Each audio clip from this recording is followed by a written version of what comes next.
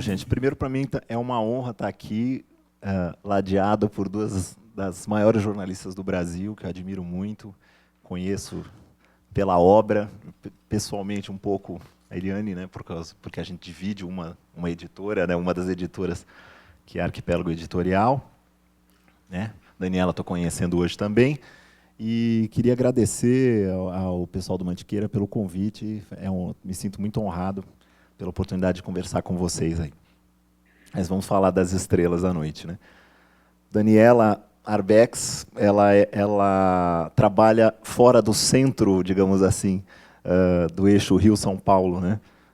Do grande jornalismo, mas ainda assim se tornou uma das mais premiadas repórteres do Brasil, com prêmios ESSO, Vladimir Herzog e Lorenzo Natali.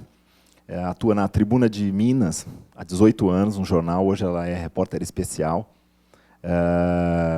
Foi responsável por uma série chamada Cova 312, que a gente vai poder falar um pouco na segunda parte dessa conversa, em que nós vamos tratar um pouco digamos, da data comemorativa de hoje, se é que se pode dizer assim, né? O dia da mentira, né? Digamos, o dia do golpe militar. E é autora de um livro impressionante chamado Holocausto Brasileiro, né? Do qual nós vamos ter a oportunidade de falar, sobre o maior hospício brasileiro em Barbacena, onde morreram 60 mil pessoas. É um livro tão impressionante que provocou uma crise de choro no Antônio Abujamra no Provocações, né? Isso me impressionou muito, né? Ele com toda a sua força ali.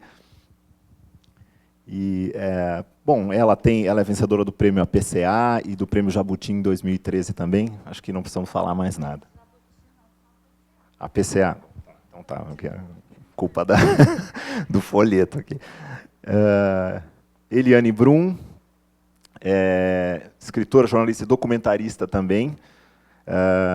Iniciou sua trajetória no Zero Hora, de Porto Alegre, depois seguiu para a Época. E ela é ganhadora de mais de 40 prêmios nacionais e internacionais de jornalismo. Saiu para um voo solo, primeiro sozinha, né, Eliane? Primeiro com um site próprio, sem nenhum grande veículo por trás. Depois, agora, mais recentemente, no El País, né? Ou você já tinha... manteve a coluna na época? Isso é verdade, isso mesmo.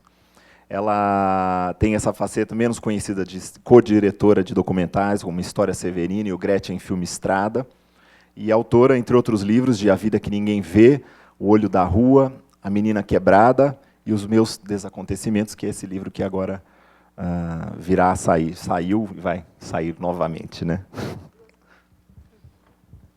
Enfim, como o tema do nosso encontro é à margem, quer dizer, com uma ideia de discutir os temas e histórias que, como diz o folheto, por distantes, esquecidas ou silenciadas, estão fora do campo de visão do brasileiro comum, eu queria perguntar, inicialmente, para essas duas repórteres, eu queria fazer uma mesma pergunta relacionada ao tema dessa mesa.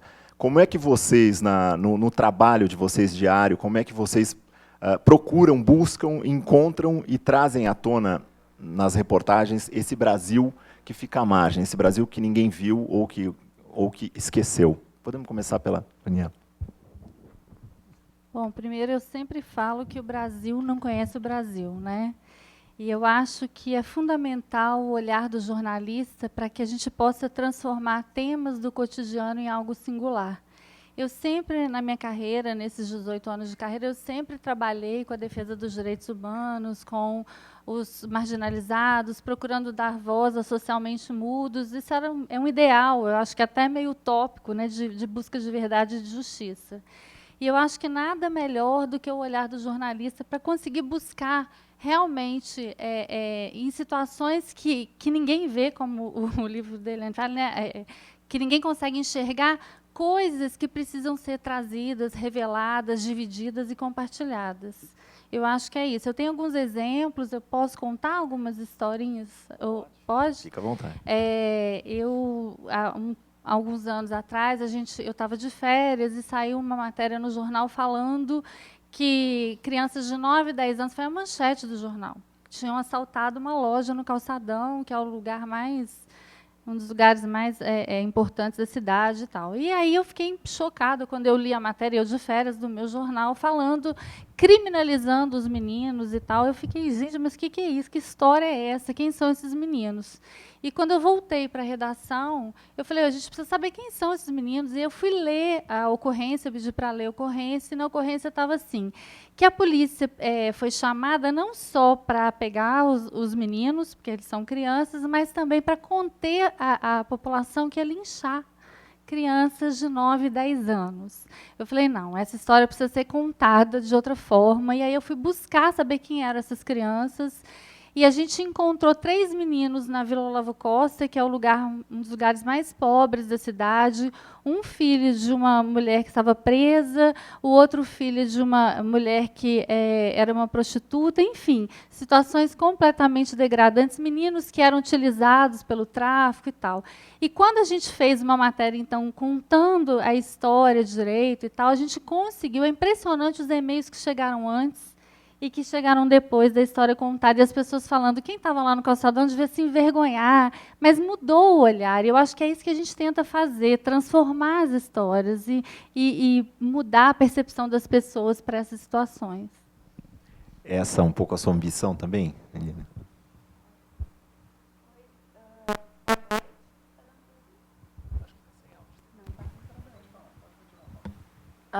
Eu tenho problema com o microfone, sempre dá errado. Não, deu certo. Então, boa noite. Eu estou bem feliz de estar aqui assim nessa em tão boa companhia, né, nesse dia tão simbólico. Então, comigo, quando eu comecei no jornalismo, eu comecei a me dar conta de que havia pessoas cujas vidas e cujas mortes aconteciam, e outras pessoas, que era a maioria, as vidas desaconteciam. Havia pessoas que nem a morte nem a vida acontecia. E que é muito brutal quando a vida não vira a narrativa da vida. Quando tu faz história, mas tu não é contado pela história. E eu comecei a minha vida de jornalista no final dos anos 80, numa época em que o jornalismo era a narrativa hegemônica sobre a história em movimento, sobre a história do hoje. Hoje, isso com a internet já é diferente. Então, a história que não era contada, quem não era contada pelo jornalismo, não existia. Isso ficava muito claro numa experiência que a gente tinha, que eu fazia a ronda de polícia. Quem fazia a ronda policial, tinha que ligar para todas as delegacias, postos, IML, todos os dias, eram dezenas. E a gente fazia uma pergunta que era a seguinte, aconteceu alguma coisa? E a resposta, invariavelmente, do cara que estava do outro lado era, não aconteceu nada, só morreu chibungo. Chibungo, no Rio Grande do Sul, é vagabundo, é gente de vila, de favela, é chinelo. Então, a morte não acontecia, era uma morte que desacontecia. Aconteceu nada, não aconteceu nada. Né?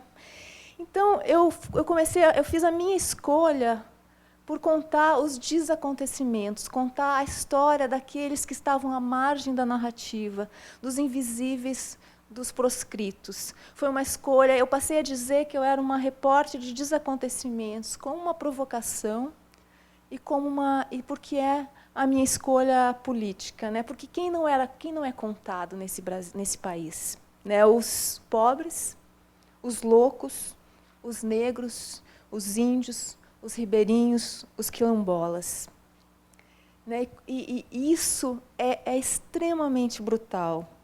Eu tive em 1999 uma coluna de reportagem que explicitava isso de uma maneira bem radical, que era A Vida que Ninguém Vê, né, que depois virou esse livro. E tem uma pessoa, né, que foi uma das primeiras histórias que eu contei, que mostra isso na sua radicalidade. Ela é uma história interessante porque ela é radical.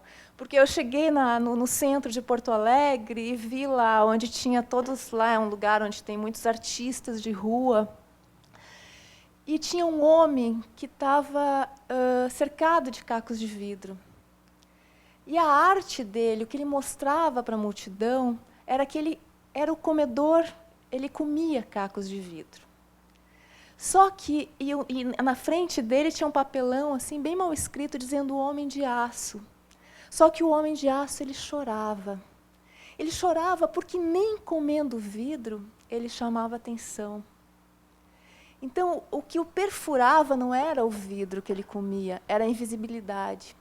Quer dizer, essa história ela vale ser contada por uma bizarrice, como se conta de gente que come verme. Que não. Ela vale a pena ser contada porque é o drama dele, que ele leva uma radicalidade muito maior, é o drama de todos nós. Né? Nós precisamos ser reconhecidos no olhar do outro. Né? A nossa vida ela se faz no olhar do outro. Né? E ela se faz na narrativa. Então, eu escolhi contar a história dos que estavam à margem da narrativa. Né? E isso a gente faz em todos, à margem em vários sentidos, porque tem não só o que tu vê que concretamente está à margem, né? Mas também à margem, às vezes, dos acontecimentos. Né? Às vezes tem algo que está na notícia, mas a gente precisa iluminar aquilo que não está, os cantos escuros.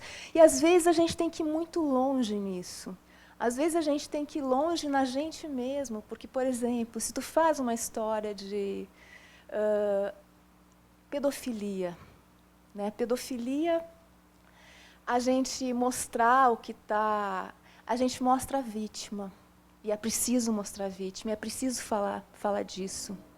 Mas quando eu falo que a gente precisa ir longe, a gente precisa ir longe no sentido de enxergar aquele que também não é contado. Ele não é contado porque quando tu diz que alguém é pedófilo, tu está achatando. Tu está dizendo que tudo aquilo sobre ele já foi dito. Ele é um monstro. E sobre o monstro não tem nada a dizer. O monstro encerra o discurso em si mesmo. O monstro não é um criador de sentidos. Né? Então, eu fiz uma reportagem, isso nos anos 90, contando o incesto. E eu ouvia as vítimas e ouvia também os abusadores. Ouvi alguns pedófilos.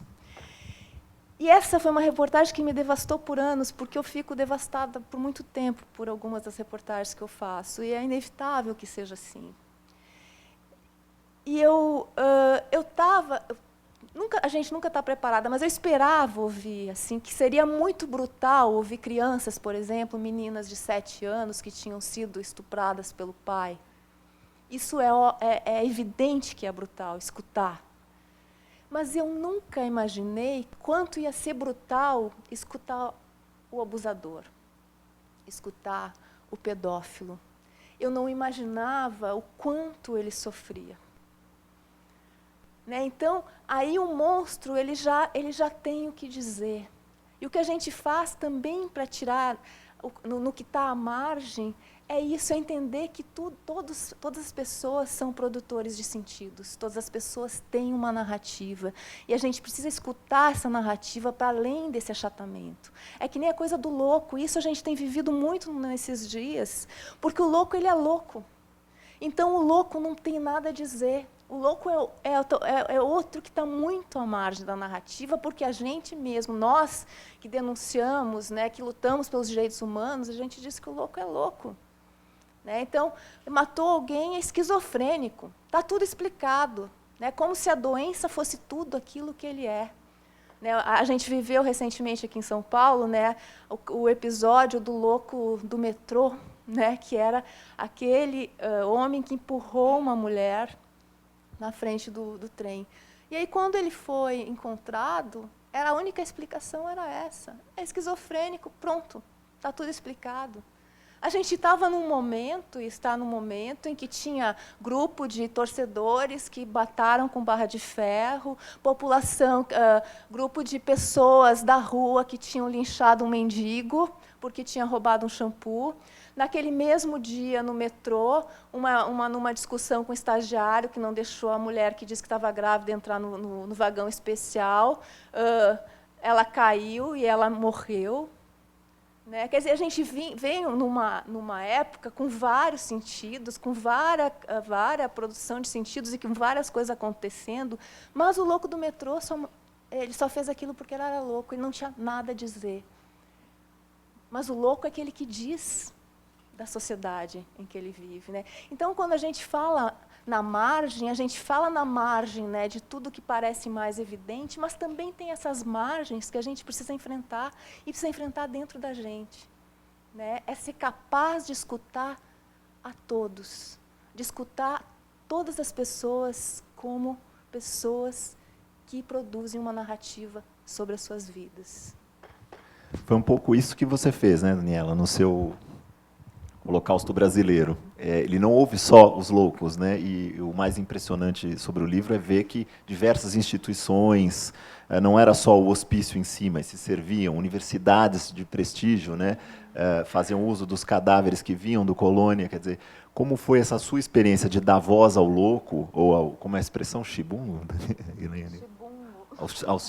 Os seus chibungos e os seus loucos no livro, né? E como é que você chegou a essa história, por que essa história te obcecou a ponto de você passar tanto tempo ali para produzir esse livro? Você falou a palavra certa, me obcecou realmente. Em 2009, eu fui fazer uma matéria do Dia e fui fazer uma entrevista com um vereador que era psiquiatra na época, que é psiquiatra, vereador na época, hoje ele é o secretário de Saúde de Juiz de Fora. E aí, no meio da conversa, eu conversando com ele, ele falou, Daniela, antes que eu me esqueça, você precisa ver isso. Ele tirou um livro da gaveta chamado Colônia, que foi editado em 2008 pelo governo do Estado e que continha fotos tiradas em 1961 dentro do Hospital Colônia. Fiquei completamente impactada quando eu vi aquelas imagens, porque nenhuma daquelas imagens me remetia a um hospital, todas a um campo de concentração, e eu fiquei mais chocada com o fato de que a minha geração não conhecia nada sobre essa história. Falei, mas como isso se passou aqui do lado e eu não sei nada sobre essa história? E a primeira coisa que me veio à cabeça era exatamente procurar os sobreviventes. Porque eu precisava saber, e eu não tinha pensado nem em matéria ainda, eu precisava saber como estavam aquelas pessoas, se alguém tinha sobrevivido a tudo aquilo, aquele tratamento desumano e tal.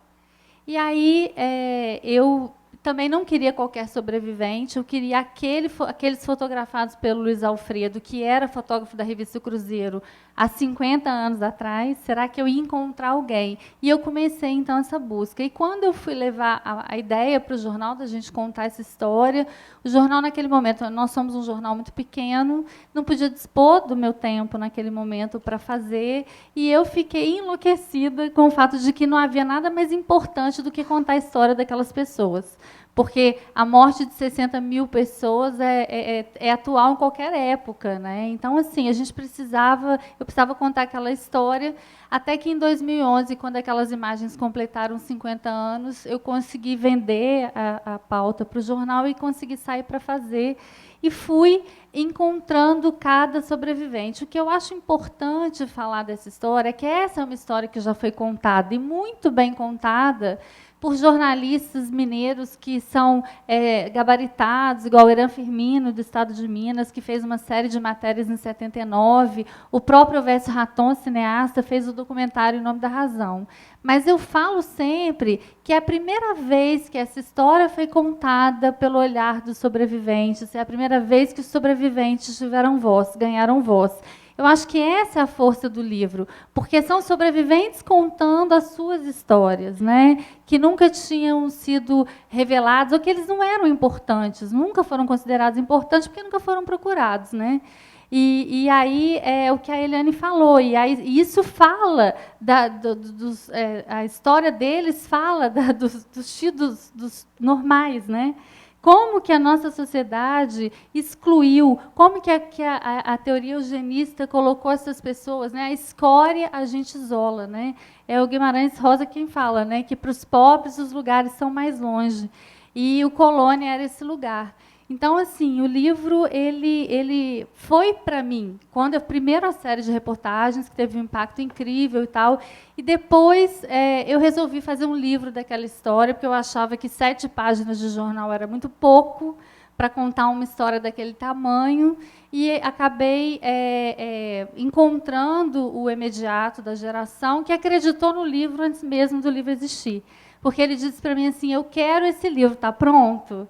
E aí eu falei, não. E aí eu fui, então, realmente fazer um trabalho imenso de pesquisa, porque é diferente a gente escrever uma série para jornal. Eu não queria reproduzir a série, eu queria buscar novas pessoas. E aí eu estive com todas as pessoas, mais de 100 entrevistados, fui mais de 50 vezes a Barbacena, fui a outros estados do Brasil, e o resultado foi esse livro Holocausto Brasileiro. E o mais impressionante é que todo mundo do país tem alguém que foi internado lá. O Fato me contou uma história dessa, outras pessoas, eu tenho recebido e-mails assim do Brasil inteiro falando, puxa vida, eu não podia imaginar, porque o meu parente foi internado lá, o meu tio, o irmão de não sei quem. Então as pessoas se identificaram muito com essa história, que fala muito de nós normais.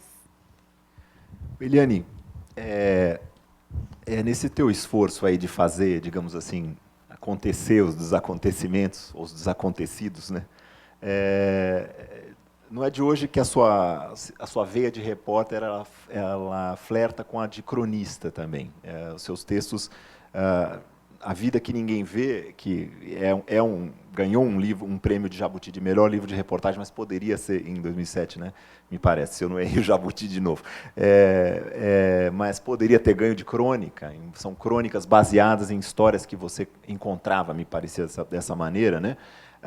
Na Menina Quebrada, eu sinto, né, que até isso se radicaliza de alguma maneira. Os acontecimentos recolhidos que foram, eu ainda não pude ler, mas eu queria te perguntar se você acha que... como é que você vê esse teu percurso de trabalho e com essas ferramentas de narrativa, como é que você define seu trabalho hoje? Você vê limites claros entre o que é notícia, o que é crônica, o que é jornalismo literário, o que você produz, afinal, e de que maneira? Eu não me defino, não.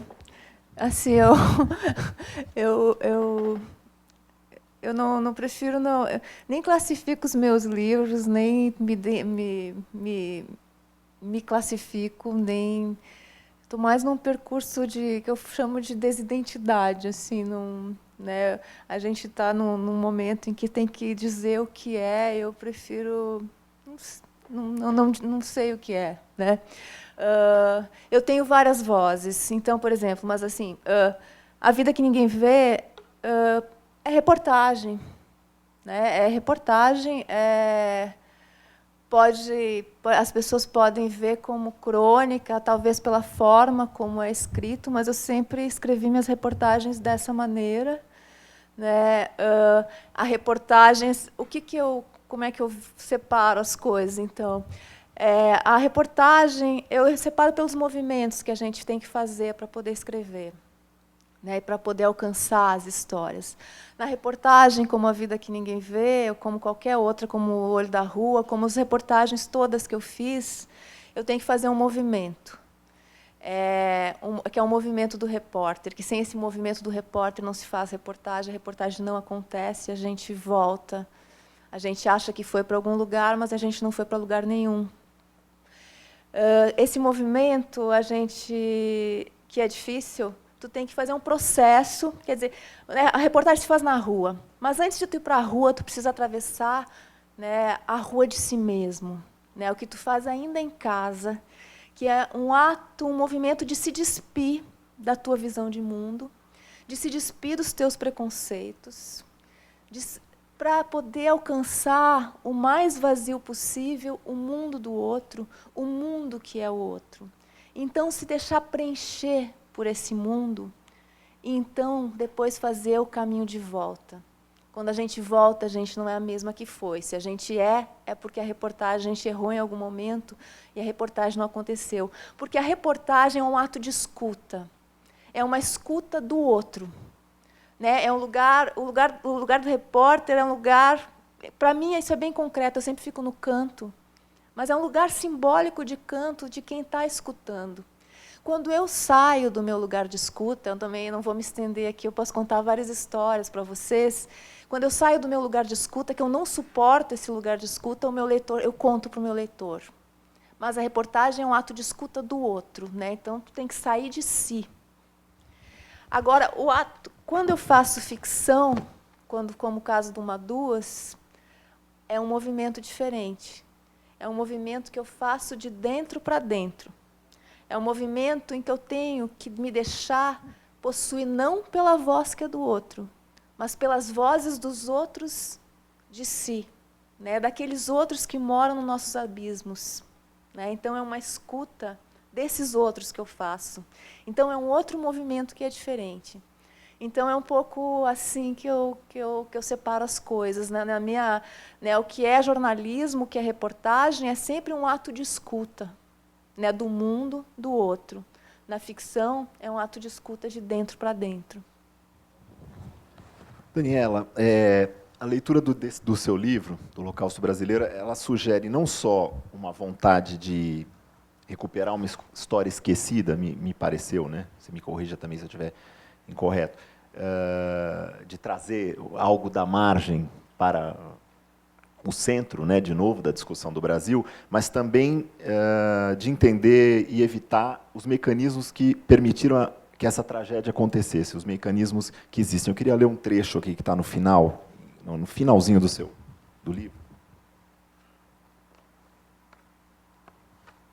Você diz o seguinte: tragédias como a do Colônia nos colocam frente a frente com a intolerância social que continua a produzir massacres. Carandiru, Candelária, Vigário Geral, Favela da Chatuba. São apenas novos nomes para velhas formas de extermínio. Ontem foram os judeus e os loucos, hoje os indesejáveis são os pobres, os negros, os dependentes químicos, e com eles temos o retorno das internações compulsórias temporárias. Será a reedição dos abusos sob a forma de política de saúde pública? Você pergunta aqui, num certo momento. E eu te perguntaria, fiquei com essa impressão, se você acha que as condições que permitiram a existência no Brasil de um lugar como o Colônia permanecem no país hoje? Com certeza. Se a gente pensar que a gente tem 90% da população brasileira favorável à redução da maioridade penal. Se essa pesquisa recente do IPEC que fala dos 65% da população brasileira, 65% das pessoas são favoráveis que mulheres sejam atacadas se não estiverem vestidas adequadamente ou com pouca roupa, enfim. Então, assim, a gente vê que, na verdade, os extermínios continuam acontecendo, né? Sob outras formas, mas continuam acontecendo. Como eu coloquei aqui, são nomes novos para velhas formas de extermínio. Né? A gente, infelizmente, a sociedade brasileira ainda ela é muito preconceituosa. Infelizmente, a gente ainda tem uma população que vive à margem, né? E que, para essa população, ela precisa viver de restos mesmo. Eu tenho um exemplo de um caso de um jovem de 18 anos que foi linchado e morto num bairro de classe média, classe alta da minha cidade, porque ele assaltou um casal de idosos. E aí ele foi linchado em via pública, enfim. E aí os e-mails que chegaram para o jornal eram assim: bandido bom é bandido morto. Tem vários e-mails, né? Assim, eu tenho até alguns aqui. Dizer aos políticos que chega de benefícios para marginais, benefícios é para quem trabalha. Temos que peitar o Congresso, exigir leis severas e maioridade para quem tiver acima de 15 anos. E fazer justiça com as próprias mãos, cada coisa em seu devido lugar. Isso é matéria para a capa do jornal e que fique de exemplo. Parabéns para quem fez isso. E aí a gente foi procurar saber quem era esse jovem, né, que foi espancado até a morte, conhecer a história desse rapaz. E esse rapaz era um morador do bairro Dom Bosco e ele era doente mental moderado, é o termo que se usa. Então, ele era um rapaz que estava a família há um ano procurando atendimento, esperando vaga para que ele pudesse ser atendido. A rede substitutiva não foi capaz de solucionar a situação desse menino. E ele, então, nesse dia, saiu para a rua e tentou... cometeu esse ato e acabou linchado. Então, assim, na verdade, eu fico muito assustada de ver o quanto que a gente ainda precisa caminhar, sabe? O quanto que a gente ainda precisa revelar essas histórias, Deixa eu só te interromper aqui, porque a pergunta da Marilu Santos Cardoso tem a ver com o que você está falando, endereçada a você mesma, dizendo que nesse teu livro está presente uma desconstrução de um discurso que apresenta a sociedade brasileira como tolerante, entre aspas, e pacífica, apresentando-a como uma sociedade autoritária que, no mínimo, se calou diante das atrocidades que aconteceram no Colônia, né? E ainda se cala.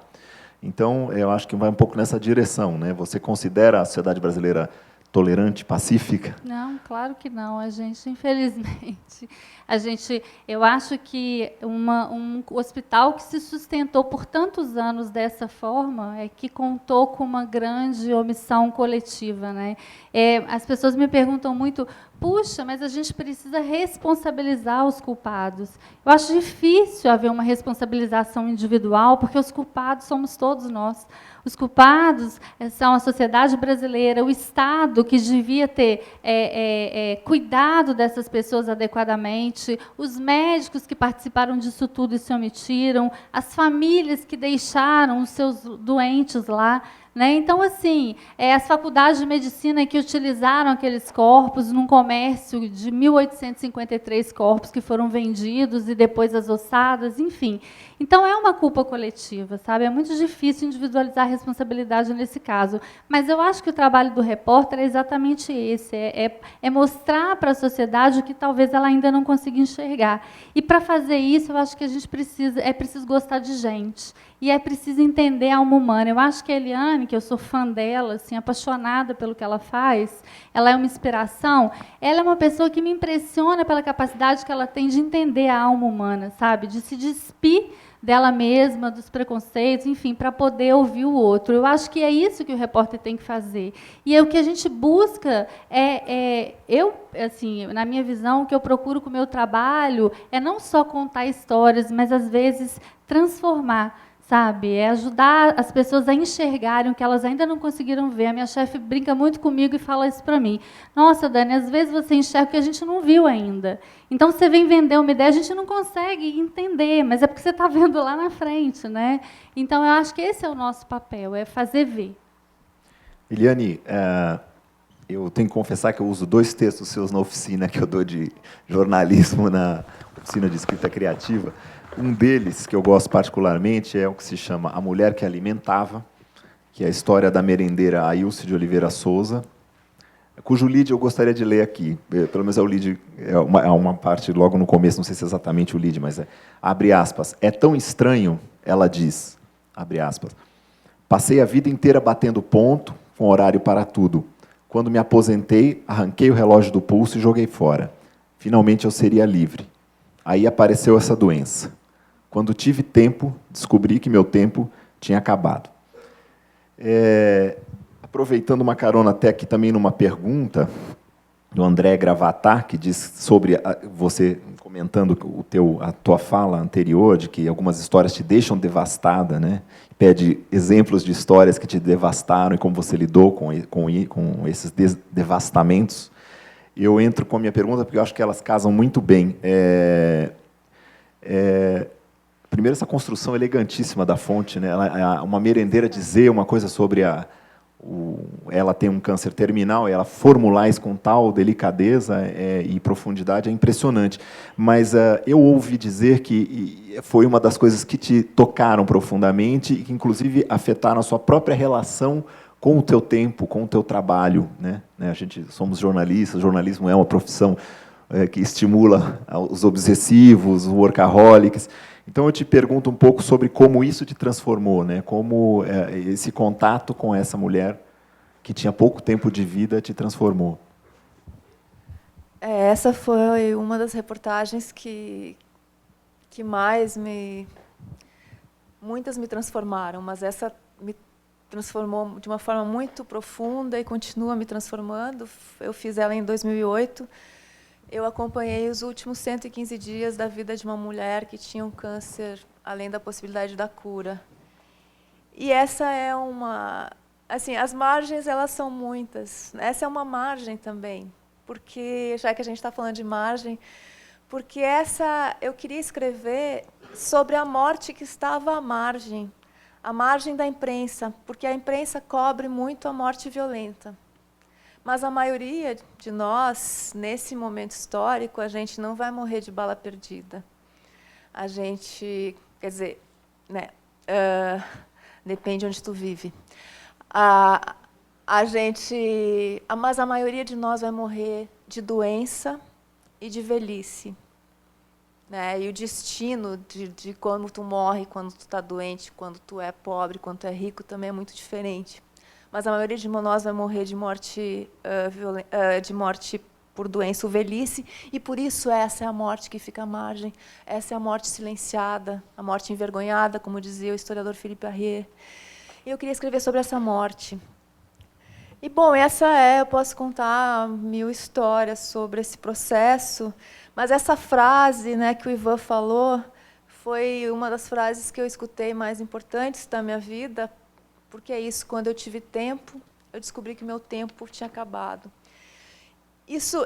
A morte serve para a gente confrontar a vida, para a gente ressignificar a vida. É por isso que pensar sobre a morte é muito importante, por isso que quando a gente silencia e esconde a morte, como a gente faz, a gente perde muito.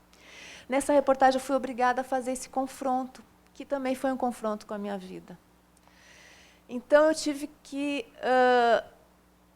foi necessário que eu fizesse uma profunda mudança na questão do meu tempo. Eu descobri que eu não podia mais esperar para ser dona do meu tempo. Né? Então, foi por causa dessa reportagem, desse caminho, desse processo, que eu deixei eu deixei a revista, deixei de ter um emprego,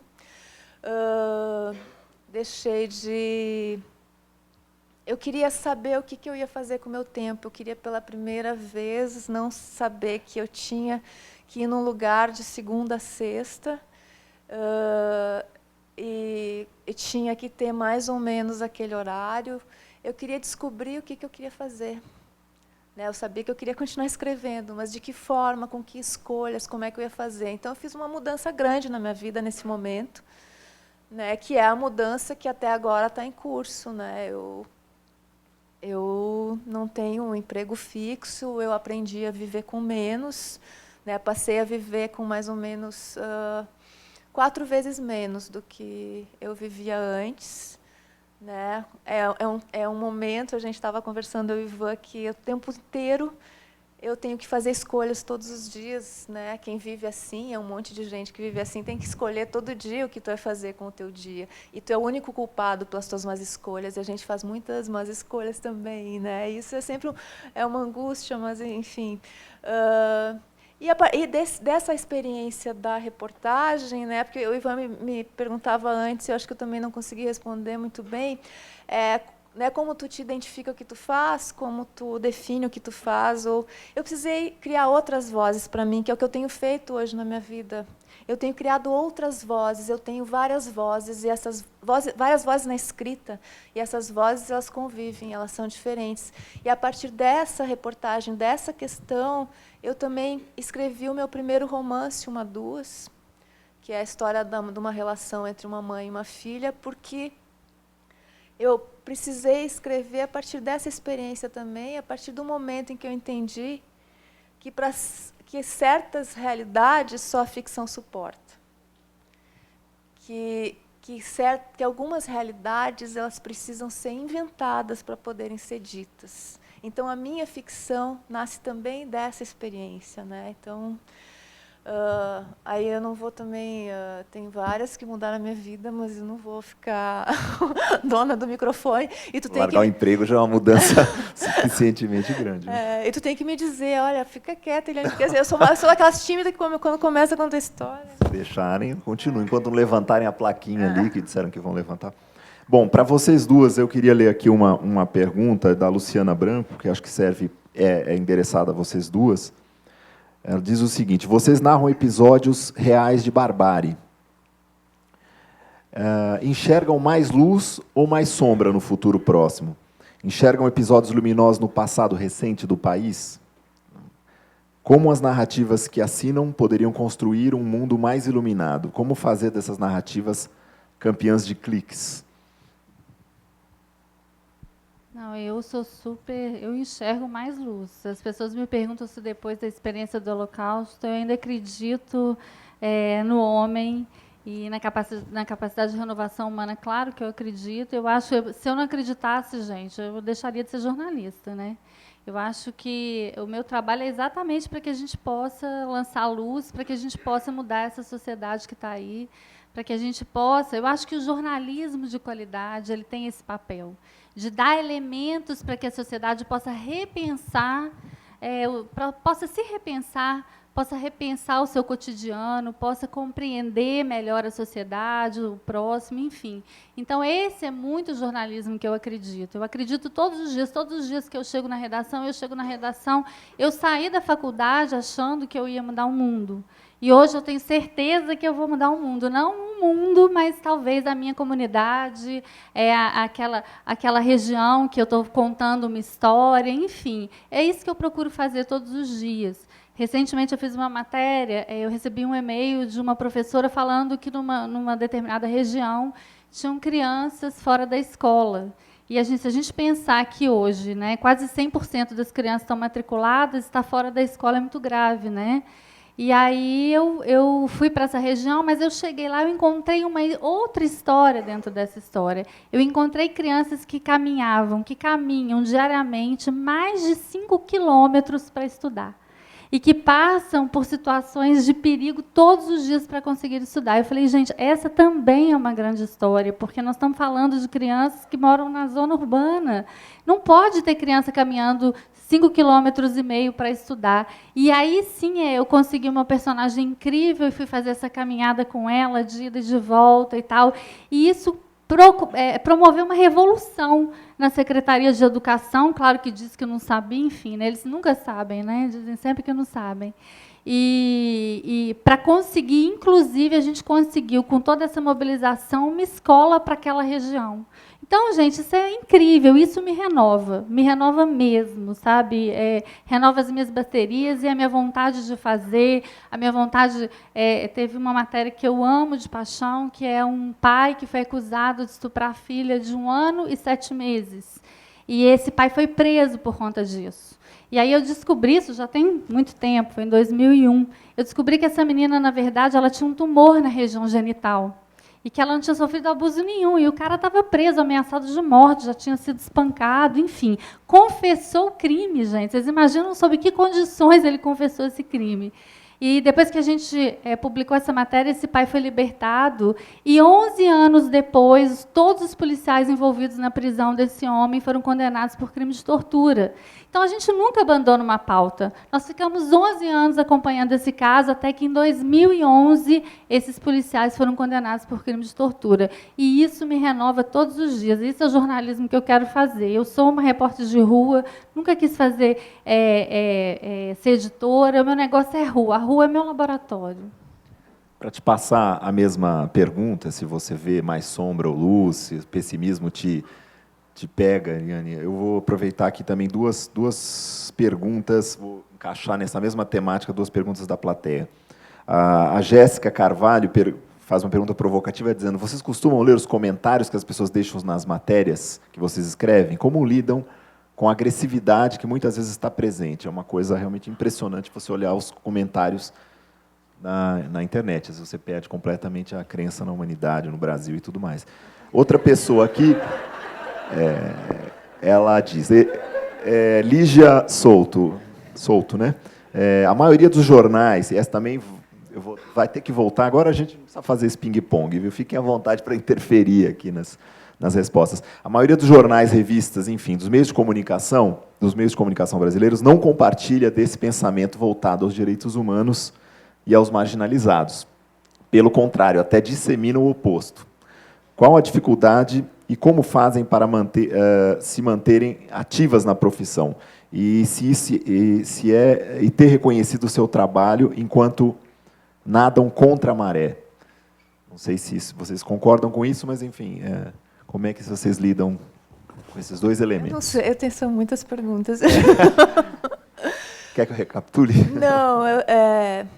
Não, começando então lá pela primeira, eu acho que assim, se a gente acredita mais na luz e na sombra, eu nem sei se é uma questão de acreditar, eu acho que é uma questão... Eu acredito profundamente na narrativa como instrumento de transformação da vida, na narrativa da vida como transformação, como instrumento de transformação da própria vida.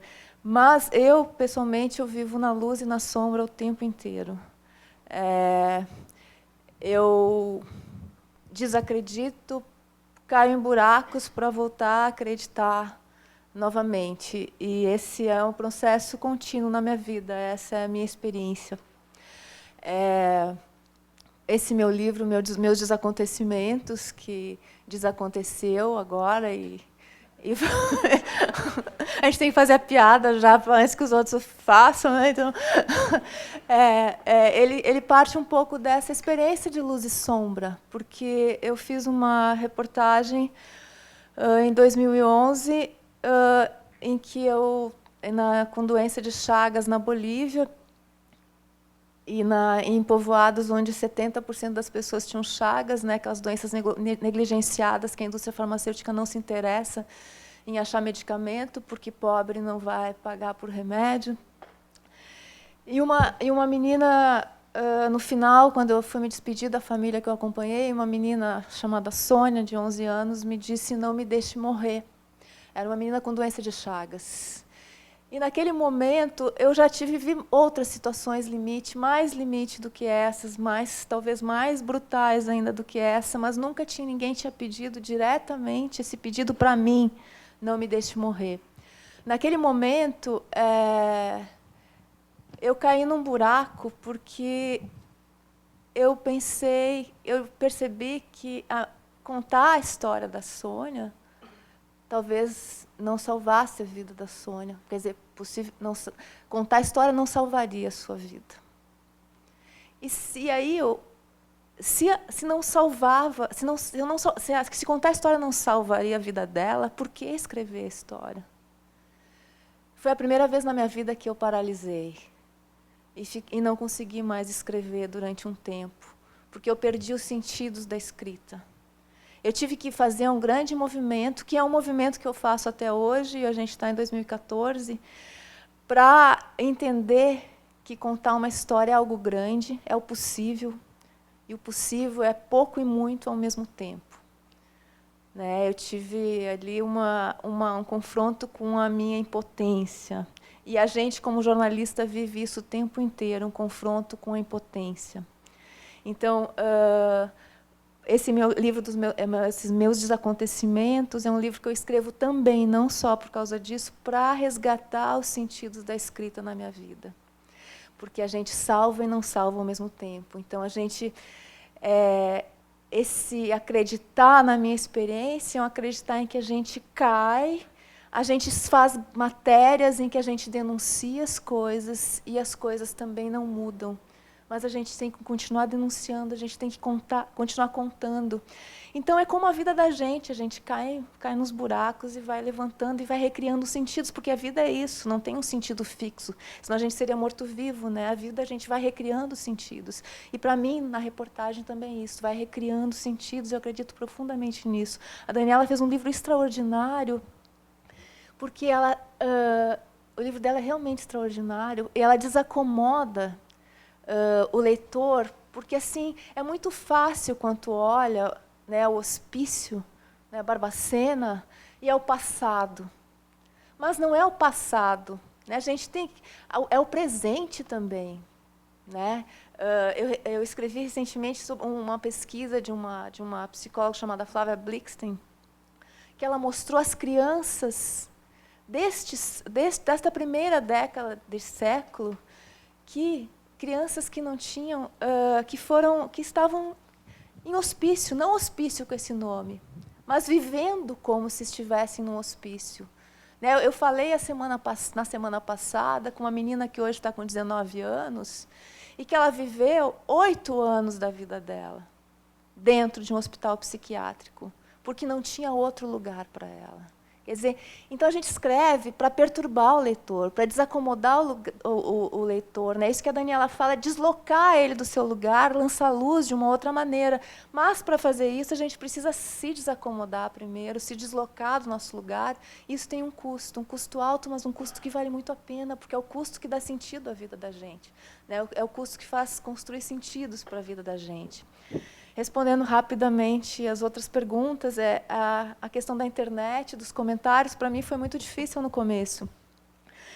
Eu acho que a internet ela desnudou como nunca antes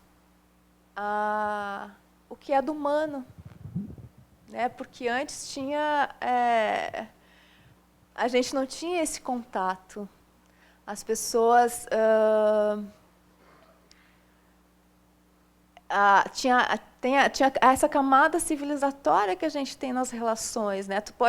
A pessoa está na tua frente, ela está pensando horrores de ti, mas ela está sorrindo para ti. Na internet não, na internet ela diz, ela abre, né? Ela abre as portas da humanidade. Isso é a humanidade, né? E no começo é difícil de lidar com isso. Né? Por que essa pessoa... Aí tu tem que entender que não é pessoal, né?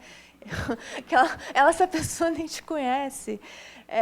Tu tem que, e é muito interessante. Aí tu tem que... Eu tive no começo assim de uma dificuldade de lidar com essa agressividade, com essa violência, porque é extremamente violento. E para as mulheres é assim, para os homens eu vi essa diferença. Para os homens é vou te matar. Para as mulheres é vou te estuprar, né? Quero ver tua buceta. É assim, tu recebe essas coisas, né? Publicamente. Aí tu tem que fazer o movimento do repórter, que é o movimento de escuta. Tu tem que escutar o que essa pessoa está dizendo. Tu tem que entender o que ela está falando, o que essa fala diz, né? Diz dela. Em geral, esses e-mails, esses comentários são autoexplicativos, né? Falam muito mais da pessoa do que de ti ou do teu texto. E entender melhor o humano a partir também desses comentários, né? Um movimento que tu tem que fazer, que aprende a fazer, que é bem duro. A outra pergunta era sobre... Como é que vence a resistência na redação e tal? Eu acho que a gente está vivendo um momento muito extraordinário no jornalismo. Né, que a internet trouxe essa coisa maravilhosa que é a multiplicidade de narradores, né? Durante todo o século XX, a imprensa foi a narrativa hegemônica mesmo, que não era contado, não existia. Agora não, né? Agora as pessoas se contam, né? E isso trouxe um desafio muito mais interessante, eu acho, para o jornalismo. Porque tem essa multiplicidade só pode ser bom para o jornalismo, e o jornalismo ele só vai continuar sendo uma narrativa não mais hegemônica, mas relevante, se ele fortalecer aquela que é o seu diferencial, que é a reportagem, que exige esse grande movimento do repórter, né? Então, acho que então, essa coisa de que a imprensa, né, que hoje então já se chama de imprensa tradicional, porque existe então uma outra, e existe várias outras, pode ter resistência a contar alguma coisa, mas outros espaços tem vários espaços, né, jornalistas hoje saindo dos seus empregos em redações e criando espaços de reportagem, né? O jornalista hoje ele é diferente do jornalista de quando eu entrei. O desafio é diferente. Hoje a gente precisa ser protagonista. Tu precisa criar o teu próprio espaço. Tu não vai mais fazer. Alguns vão fazer, mas cada vez menos. Aquela carreira inteira dentro de uma redação. Antes tu entrava, fazia a carreira inteira. Agora não. Tu precisa criar também o teu próprio espaço. E os espaços estão sendo criados. A gente está num momento em que esses espaços estão sendo inventados. Nada é seguro, né? Isso dá muita angústia, mas assim, isso é imenso de possibilidades. Eu sou muito otimista com relação a isso, né? A gente tem narrativas acontecendo em vários espaços, né? A gente tem agência pública que está produzindo narrativas, né? A gente viu como a mídia ninja transformou várias, né, ampliou, né, a compreensão do momento dos protestos, né? Tem outro grupo de jornalistas agora criou uma outra plataforma, quer dizer, é um momento muito rico. E a gente, se tu, no limite, tu vai para o teu blog e conta a tua história, né? A gente está chegando perto do fim, então eu queria trazer o outro tema da noite, que a gente não pode deixar de passar, que enfim, a gente dizia aqui sobre como as narrativas alteram a realidade, a forma como se narra tem um poder de transformação da realidade. Hoje nós estamos aí em disputa, vendo hoje, inclusive no Congresso, em disputa pela narrativa do golpe de 64. O que foi o golpe de 64? Foi, de fato, um golpe para impedir a Revolução Comunista, pelos valores da família, foi um golpe que sabotou a democracia, a gente viu se estendeu uma faixa em favor de agradecimentos militares no Congresso Nacional no meio de uma cerimônia que pretendia discutir. Enfim, é um assunto que está quente de novo, surpreendentemente, né, com reedição de marchas e tudo mais. Então, eu queria fazer uma pergunta para vocês duas, mais especificamente de matérias em que vocês trataram do tema, né? Vou fazer vou fazer as perguntas todas juntas e a gente assim aproveita o tempo da melhor maneira possível. Para a Daniela, evidentemente sobre o teu prêmio ESSO por Cova 312, que é a história de um desaparecido político, né, o Milton Soares de Castro. Você contasse um pouco como foi feita essa história. Para a Eliane, eu vou perguntar sobre a história que você me comentou de uma matéria que você fez com um homem comum, um professor de educação física, cujo pai havia sido morto pela repressão e ele achava que o pai era um bandido comum, quer dizer, no processo da reportagem ele não só descobriu quem era o pai dele, como o próprio país dele, o que era, né? E também aí vocês comentam sobre essas duas reportagens e o processo de trabalho, como elas mexeram com a temática íntima para vocês. E eu aproveito para perguntar também sobre se essa semana em que tivemos editoriais polêmicos tanto na Folha quanto no Estado sobre a natureza do golpe de 64, né? E alguns meses atrás, no Globo, que chegou a dizer que cometeu um erro em apoiar o golpe no começo, todos os jornais apoiaram o golpe no início, né? Depois foram censurados, enfrentaram com mais ou menos ímpeto. Então, o que vocês acham se a nossa imprensa enfrenta bem o tema da ditadura hoje, lida bem com o tema da ditadura hoje? Tá? Vou começar com você. Eu vou falar da Cova, mas eu acho que essa é uma história, apesar de terem se passado 50 anos, que ainda não foi totalmente contada, que ainda há muitas coisas de porões que precisam ser descobertas. E então, mais do que lembrar para não esquecer, a gente precisa continuar contando essa história para descobrir novas histórias, porque tem muita coisa encoberta. A gente ainda tem centenas de desaparecidos, pessoas que até hoje a gente não sabe o paradeiro delas, enfim. E a Cova 312 foi, eu acho que a minha humilde contribuição para essa história. Eu sempre quis fazer alguma coisa relevante sobre a ditadura brasileira. E, em 2002, quando a Comissão Estadual de Minas anunciou que indenizaria as pessoas que foram torturadas naquele período, eu cheguei para o meu chefe e falei: nossa, a gente precisa fazer alguma coisa sobre isso, contar essa história, enfim. E aí meu chefe disse assim: Dani, muitas coisas já foram faladas, eu quero que você me traga uma coisa nova. E assim, gente, me desafiar, me deixa... Aí que eu fico louca mesmo. Eu falei, uma coisa nova, e fiquei naquela. E aí, conversando por telefone com o Nilmário Miranda, que na época era deputado federal, e depois veio a ser o ministro de Direitos Humanos do primeiro governo do Lula, a gente conversando sobre esse período, ele me falou: pois é, Daniela, você veja, né, o caso do Milton Soares de Castro, que foi encontrado morto dentro da penitenciária de Linhares, que foi um dos locais que recebeu preso político do país inteiro, a penitenciária de Linhares, e o corpo dele nunca foi encontrado. Eu falei: gente, mas um corpo não pode sumir. Não, eu vou encontrar esse corpo, imagina, né, que pretensão. E aí eu resolvi, então, buscar a história do Milton e saber quem era aquele homem, por que ele foi parar lá. Enfim, o Milton é do Rio Grande do Sul. E fiquei um bom tempo, meses, apurando e tal. Consegui localizar, inclusive, as pessoas que estavam presas com ele no dia que ele foi encontrado morto, porque ele foi tido como suicida por 35 anos, que ele foi encontrado morto dentro da cela. E aí eu já tinha tudo, mas eu não tinha o corpo, né? Eu tinha muitas informações, mas não tinha o corpo, não tinha documentos capazes de contar aquela história, enfim. E aí um dia eu resolvi começar a fazer uma busca nos cemitérios da minha cidade, de Juiz de Fora. E falei, quer saber? Eu vou para os cemitérios. Eu estava quase desistindo, mas desistir para mim é a morte, né? Eu falei, gente, eu não posso desistir, não é possível. Eu cheguei até aqui, enfim. E aí eu cheguei no cemitério municipal, já eram 5h30 da tarde, cheguei para o rapaz e falei, você tem o livro de óbitos de 67? Ele falou, tenho. Falei, você tem como olhar para mim? Vamos olhar se tem, em abril de 67, Milton Soares de Castro. Aí ele pegou lá, teve uma boa vontade incrível, que me surpreendeu, e começou a olhar e tal, olhou tudo, abriu inteiro. Não, Daniela, não tenho nada, não. E aí eu agradeci, já estava descendo as escadas, ele me chamou de novo. Daniela, vamos olhar de novo? Eu falei, vamos. Aí ele começou com o dedinho assim. Aí, de repente, ele parou o dedinho assim, ele falou assim, é Milton Soares de Castro? Eu falei, é. Ele falou assim, tá aqui, na cova 312.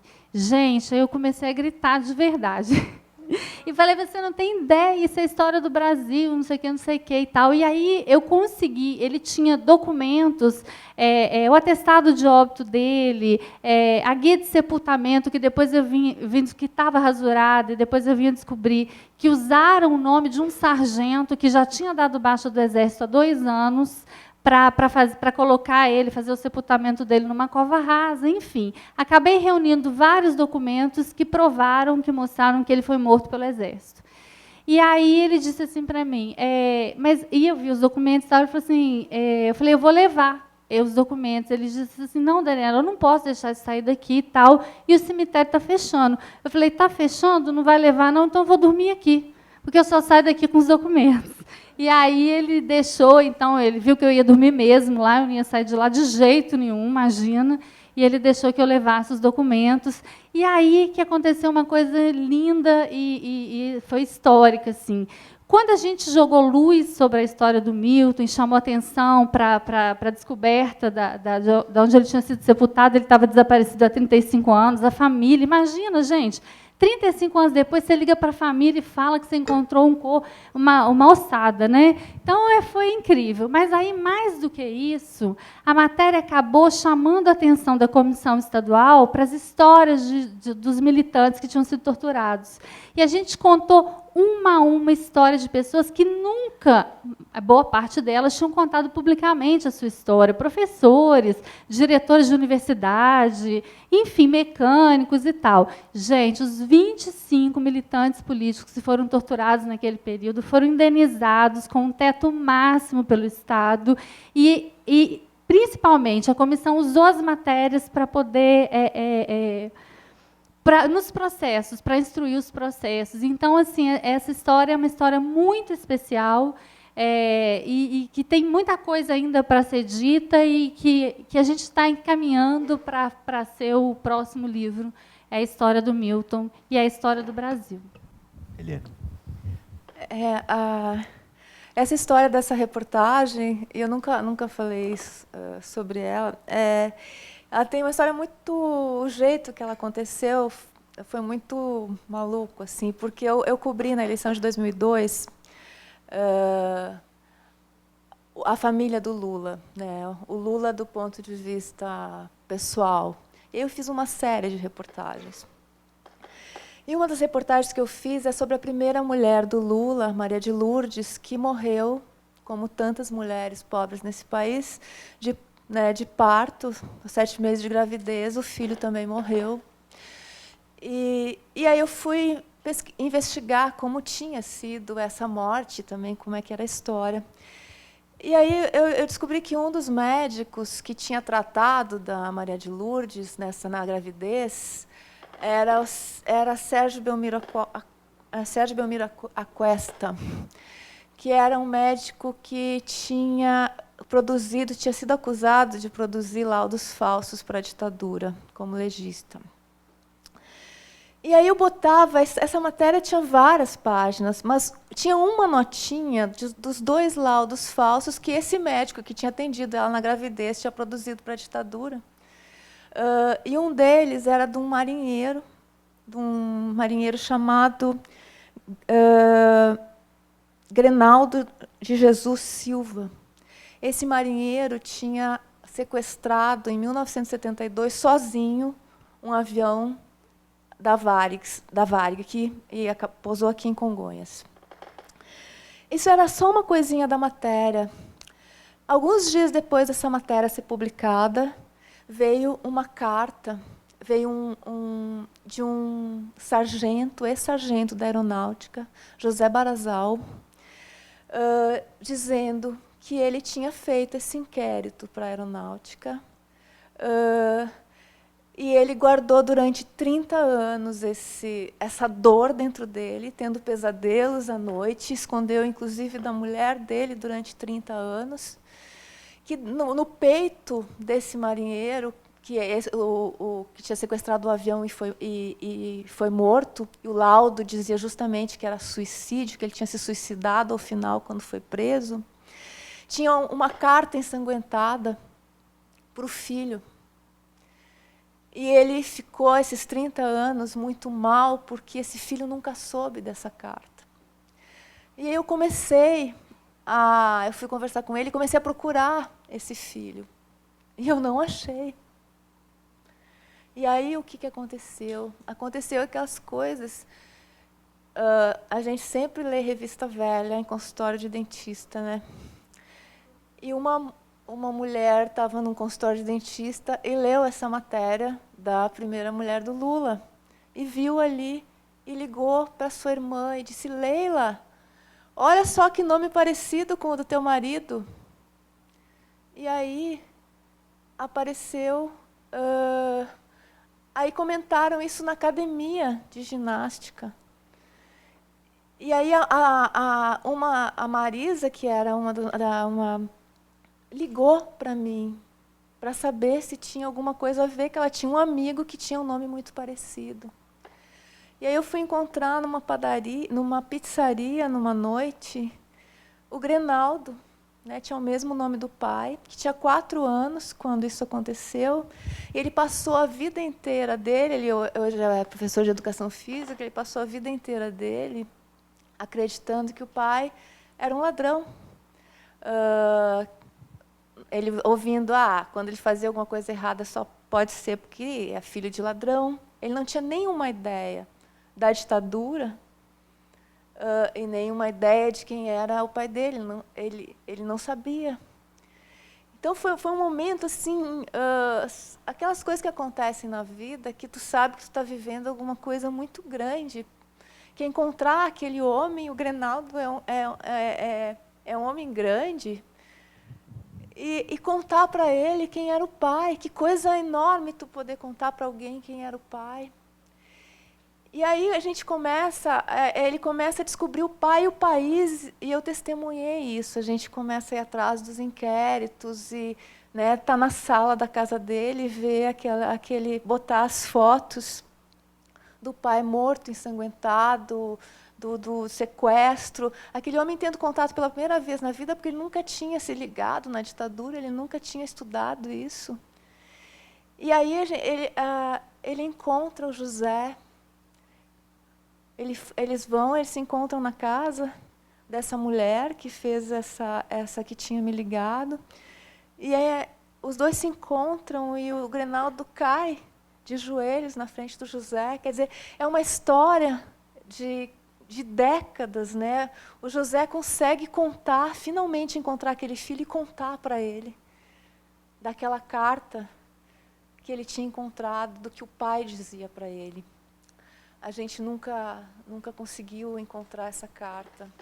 E aí o Grenaldo começa a fazer essa longa travessia para conhecer o pai e o país. E ele, então, ele recebeu, foi reconhecido. Aí eu consegui provar que o pai dele tinha sido assassinado, quer dizer, era um suicídio com um tiro na nuca, né? Eu consegui encontrar as pessoas, como a gente está vendo que acontece agora, né? Acabou de acontecer esses dias. A gente está vendo, eu consegui encontrar as pessoas que estavam lá naquele momento, que testemunharam isso, e então ele ganhou a indenização. É essa a história. Gente, quando a conversa é boa, não dá vontade de parar, mas a gente tem que encerrar, porque teremos uma nova mesa aqui. dentro de 15 minutos, vai ter esse intervalo, vocês podem continuar conversando com as autoras, ou assinar, ou pedir autógrafos, os livros, ali fora. Em seguida, eu também vou estar com o meu lá. A gente agradece muito, queria agradecer a Eliane, agradecer a Daniela por essa conversa tão boa, e a vocês todos pela atenção, pelas ótimas perguntas, pena que não pude fazer todas, mas a maior parte a gente abarcou de alguma maneira na conversa. Obrigado, gente.